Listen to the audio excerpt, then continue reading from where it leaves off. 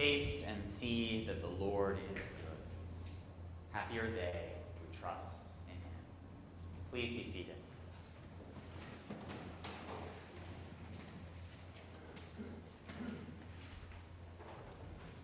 It was a steamy day in August. Nicole and I hoisted our backpacks onto our backs and started out for a 3-day trip into the Wild River wilderness. It was Nicole's first backpacking trip. We were only about a year into our relationship, and I had planned the perfect route.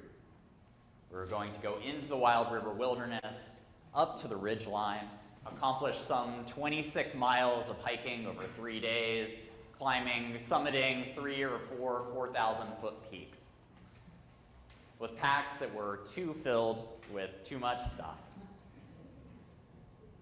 It was her first backpacking trip ever.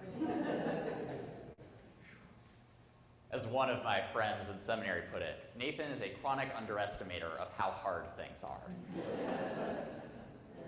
And it was pretty clear that the reasonable plan that I had come up with was far from reasonable. Within a half mile of starting up the trail, we got to the point where the bridge was supposed to be over the Wild River. Turns out Hurricane Irene had taken its toll on said bridge that was closed to through traffic, so we had to find another way across the river. That resulted in crossing the river, hopping from rock to rock to rock, which all went well until one of Nicole's feet dipped into the water. She managed to stay upright, but left her with wet boots and socks for the rest of that time. We got across the river and started our ascent up towards the Wildcat Ridge.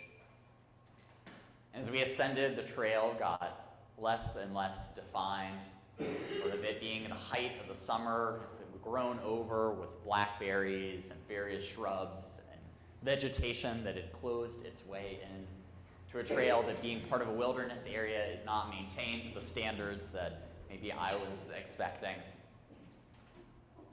We pushed on, step after step, mile after mile, and eventually made it to a point where the landscape leveled out, and we entered this boggy area.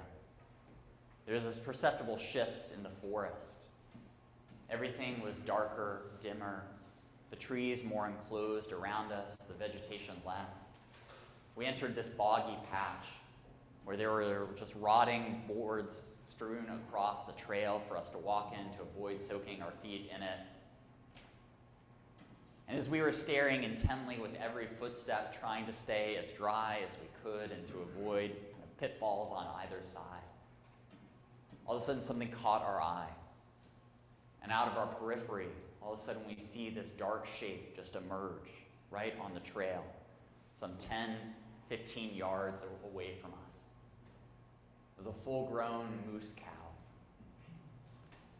She stood up, taller than me, and just slowly turned towards us, making eye contact with us, still chewing a mouthful of leaves and sphagnum moss.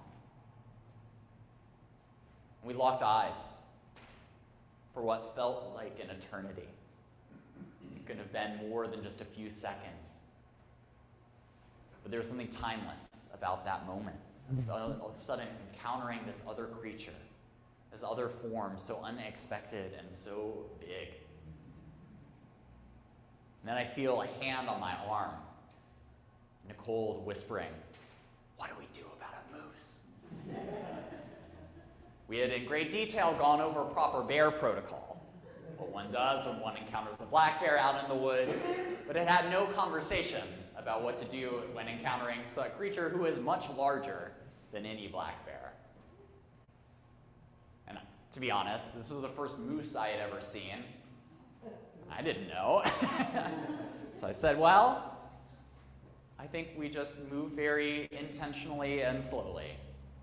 So slowly I approached and kept walking down the trail, making verbal contact, making sure the moose knew that we were still there and then no harm.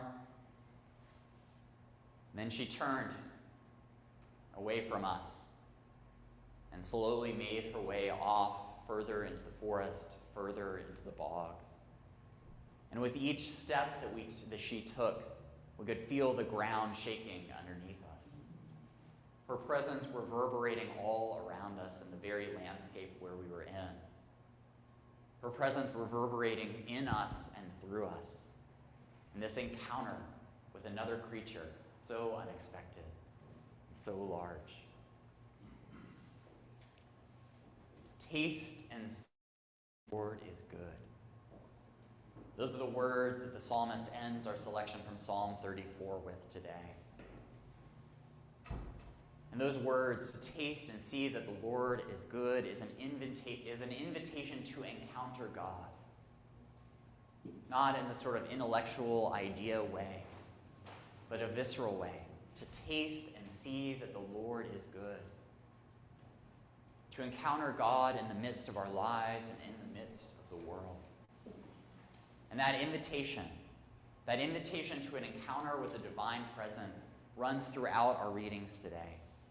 It is there in our reading from 1 Kings, where an angel visits Elijah and bids him to eat and to drink so that he might continue his journey towards Mount Horeb, where he himself will encounter God. It's there in the words of the psalmist, inviting us to a sort of sensory engagement with God, to taste and see that the Lord is good. And it's there in our gospel reading, when Jesus describes himself as the bread of heaven who has come to give life to the world. He's not inviting his disciples or this crowd to sort of grapple with an idea of who he might be, but to engage with him as God's real presence, God's physical presence in the world alongside us and along with us. In each of these readings, there is an invitation to know God, not in this sort of abstract way, but as a presence that radiates throughout creation. If only we pay attention, if only we are willing to taste and see. An invitation to encounter God's presence in and through the world is at the heart of one of my favorite poems. It's one that will be familiar to many of you. It's Gerard Manley Hopkins' poem, God's Grandeur. I see some nods. Gerard Manley Hopkins was a 19th century Jesuit priest living in the midst of England's Industrial Revolution, grappling with the despoiling of the natural world around him, but also making sense of his own experiences of encountering God within. And he writes this: "The world is charged with the grandeur of God. It will flame out like shining from shook foil. It gathers to a greatness like the ooze of oil crushed. Why do men then now not wreck his rod? Generations have trod, and all is seared with trade, bleared, smeared with toil, and wears man's smudge and shares man's smell. The soil is bare now, nor can foot feel being shod. And for all this, nature is never spent. There lives the dearest freshness deep down things. And though the last lights off the black west went, O morning at the brown brink eastward springs, because the Holy Ghost over bent world broods with warm breast and awe with bright wings."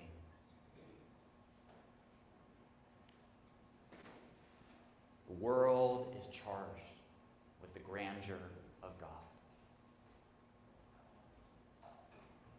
That encounter there, the moose rising up out of the bog, was this moment of experiencing something of that grandeur of God.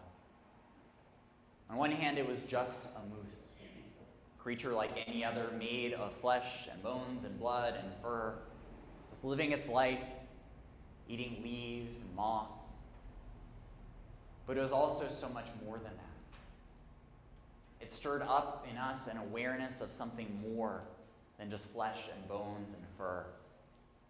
An awareness of the grandeur of creation It pointed beyond itself towards God's divine presence radiating in and through this world.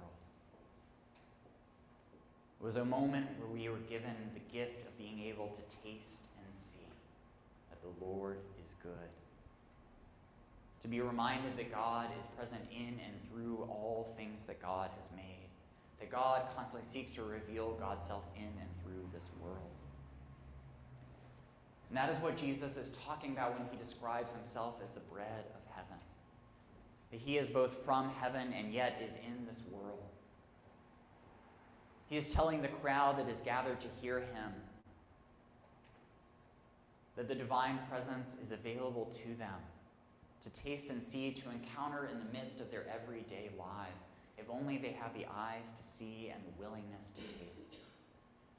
That there is not this complete separation between God and us, but that God seeks to draw us ever closer, to give us the gift of God's presence, to give us the gift of those encounters that have the potential and possibility to nourish our soul, our spirit, in ways that mere physical food cannot. It's an invitation to encounter this world as more than it presents itself. To see one another, to see our lives, to see the world as a whole and creation especially, as suffused with God's divine presence, capable of revealing it.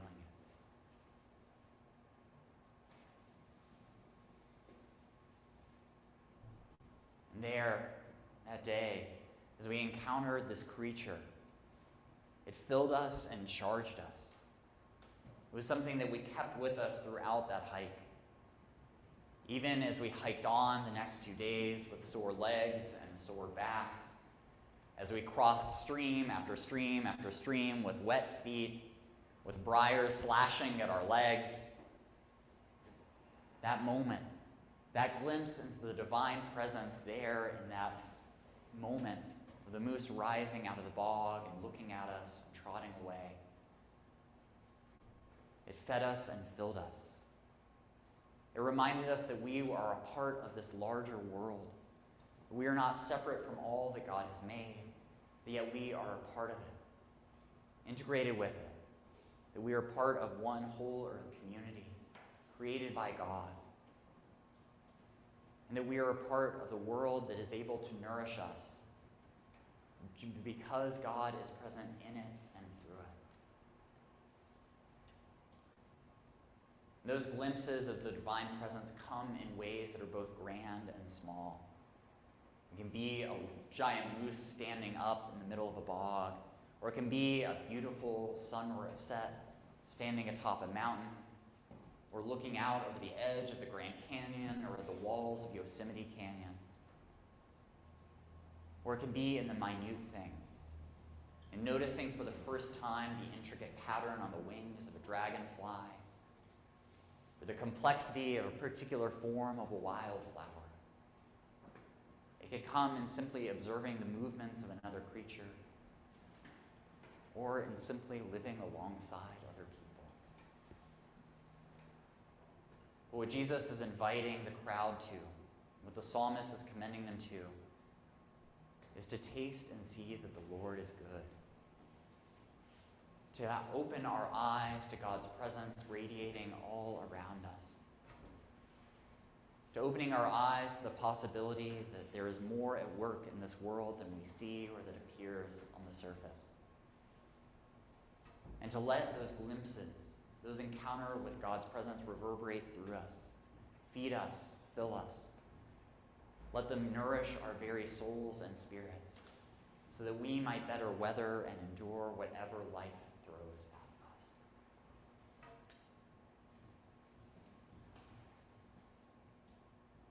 Taste and see that the Lord